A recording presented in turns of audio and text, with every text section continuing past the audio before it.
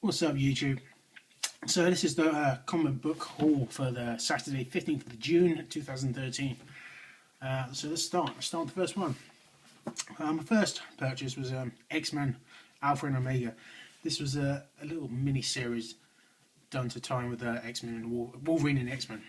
I've only read 3 parts of it so far. So far, it's okay. It's pretty average, to be honest.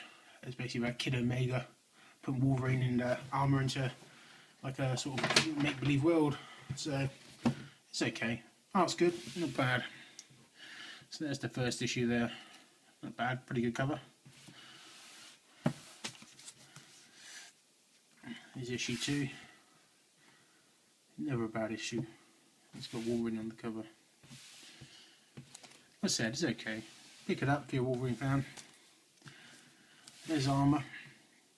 For me, Armor is probably one of the most underused characters in Marvel Universe right now. So much potential. It's part 3 of 5. Part 4 or 5, I haven't read it, so I can't really say too much. All I do know is Kid Omega's entered himself into this make-believe world that he's created to put Wolverine in. And no doubt they're going to throw it down against each other with predictable outcome. And this is part 5 of 5. So, not too bad. Pretty good cover. So, I have issue 10 of Avengers Arena. If you're not reading this, I would suggest picking it up. I like it. It's really a throwaway comic. Read it, enjoy it. Don't think too much about it. You know, it's not going to impact the Marvel Universe. Just go with it. Basically, it's about a load of B-list characters essentially ripping off the Hunger Games and, you know, 20 people enter and 1 can leave sort of thing. Pick it up, it's good. Very good. Guardians of the Galaxy issue 3. I wasn't much of a Guardians of the Galaxy fan, to be honest. Never really. I read some of the series 1 stuff. I thought it was crap. So I didn't really bother it again. However, because of the film coming out, they released this series and it's good. Now I know ultimately they're only doing it to to fill the movie, but oops, sorry, it's not the camera. But let's not take anything away. It's a bloody good comic book. Slow burn though, issue 3, and it's a very slow burn. Like, it needs to pick up a bit of pace, but I'll tell you what, they've thrown everyone at this. You got Bendis, McNiven. They're really throwing the all-stars at it, and it shows the art's good, the writing's good. It's just very good. Pick it up. Age of Ultron, book 9. Yeah, I like this miniseries. It's 11 parts. There's only 2 issues left. For me, it's a very good story. They've done a very good job. Bendis is always very good. He's done well with what he's got. For me, the last couple of issues have been padded out, but they just sort of, to be honest, you could have told the story a bit quicker. I'm not saying rush the story, but at the same point, you don't need to draw it out so long. For me, this probably could have been a 8-parter, maybe a 7-parter. If they put their mind to it, and I think that would have done just as well. I think going for 11 issues, I think they're just trying to put too much into it. They're not actually putting nothing in it at all. It's just fluff. I think there's probably been at least two issues that did not need to exist. They're just done for the sake of it, I think. Otherwise, though, it's good. It's a very good miniseries. I suggest picking them up. It'll probably be a very good trade, actually. This very good trade.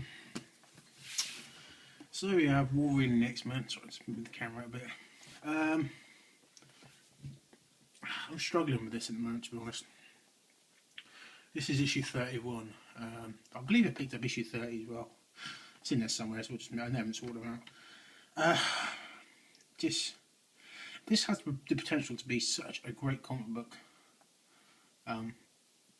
It's just not delivering for me at the moment. I don't know whether I'm getting bored of it or, it's Wolverine and the X-Men.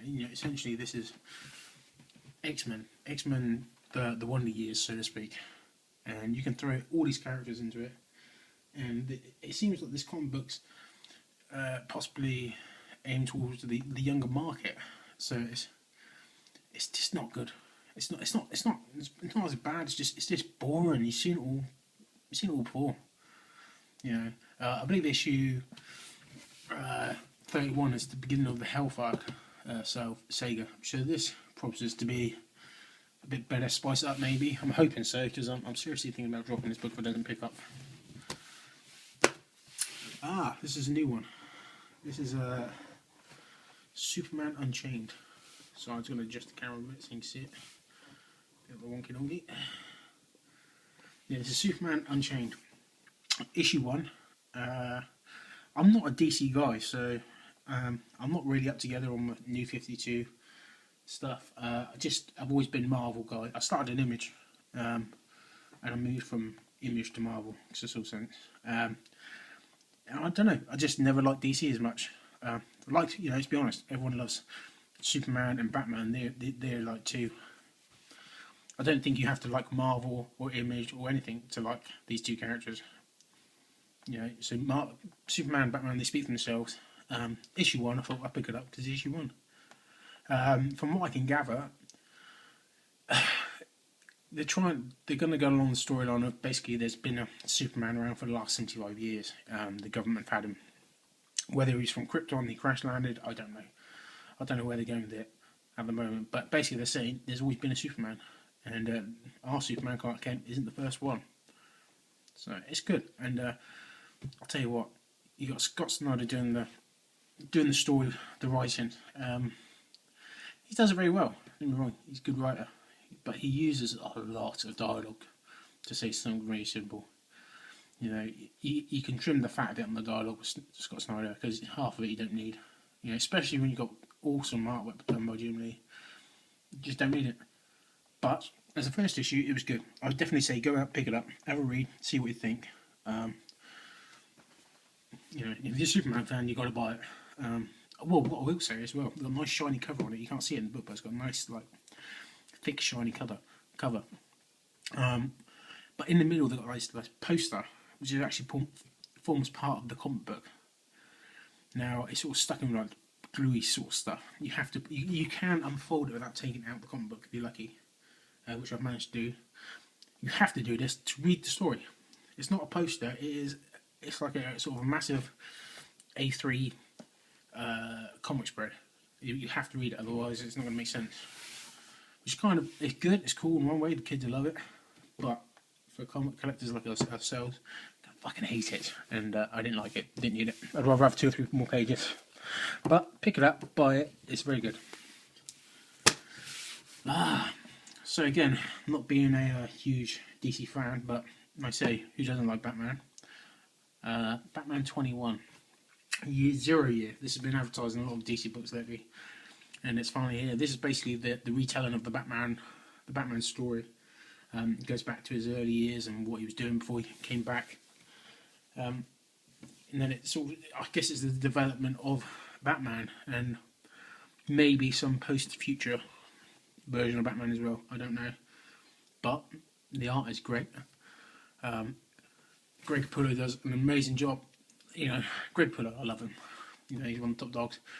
Again, Scott Snyder did the story for this as well. But I feel this one, unlike Superman Unchained, he actually got the dialogue just about right. Not too much, not too little. It worked. So this is a must. You must pick it up, or you'll be doomed. So here we are. Issue 30 of Wolverine X-Men. Just put it a bit closer. Again, this is the prelude to the Hellfire saga. Haven't read it yet. To be honest, I need to catch up on a lot of my Wolverine X-Men. I only read it like issue 10, so if I'm getting bored by 10, God knows what I'm going to be like by issue 30, but hopefully it's going to surprise me and all will be forgiven. But there you go, issue 30. Pretty cool cover with Beast on the front. I'm not a huge fan of the new Beast makeover. Don't like it. Like a bit of a gimp. One of my favourite books out at the moment, All New X-Men. This is basically slightly the young Cyclops talking to his younger brother who's now older than him. And it's good, they're just discussing, basically, should they take him in and stuff. I'm not going to say too much more, so if you don't get it, go and get it, it's fucking good. Top dog at the moment. Now this, Superior Spider-Man. if you're not getting this book, then go out and get this book. This is probably one of my favourite titles out at the moment. Dr. Octopus stuck in the body of Spider-Man. Spider-Man presumably dead. Dr. Octopus' body dead. And now Dr. Octopus is going around pretending to be Spider-Man. Well, not pretending, he is Spider-Man. And with that becomes, I don't know, he's more ruthless, more calculating, in some respects more clever than Peter Parker. And it's just basically, it's a rip snorter. Get on it. Great stuff.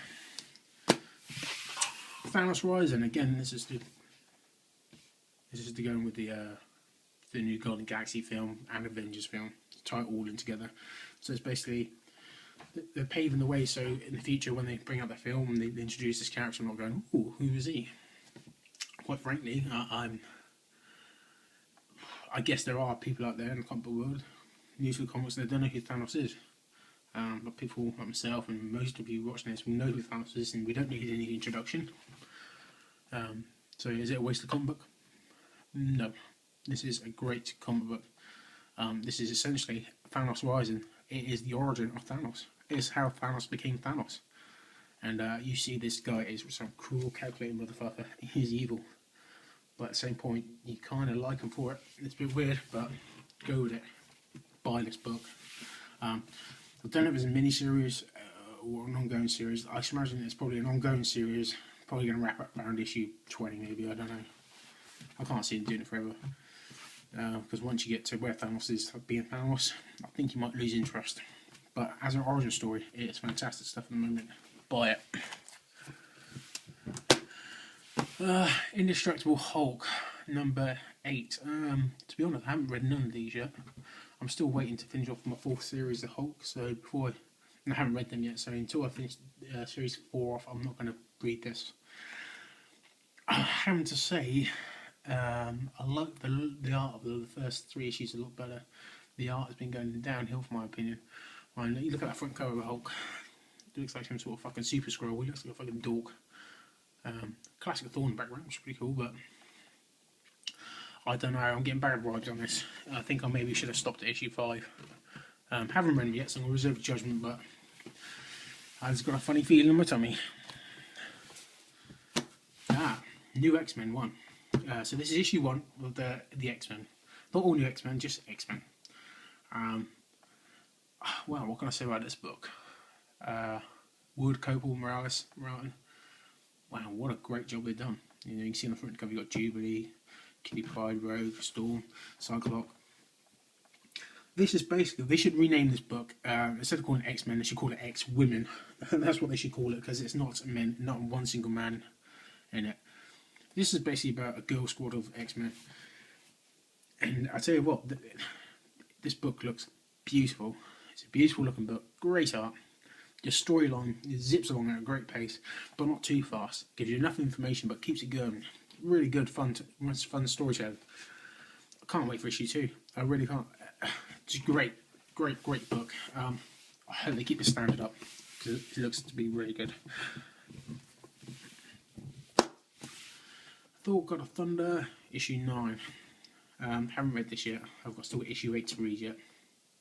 But again, just you know, this for me takes comic books to the next level. You know, I even showed my partner, my wife. She hates comic books. She hates me buying comic books. She can't stand it. But even I showed her some of the art and thought and said, "Tell me that's for children." She couldn't. She said, "No, that is good." She still wouldn't read it, mind you, but she's an idiot. She's missing out. And I believe that was the final book.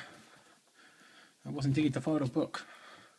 So yeah, that's my haul for what's it, 15th of June 2013. So got a bit of reading to do. I've read most of them already.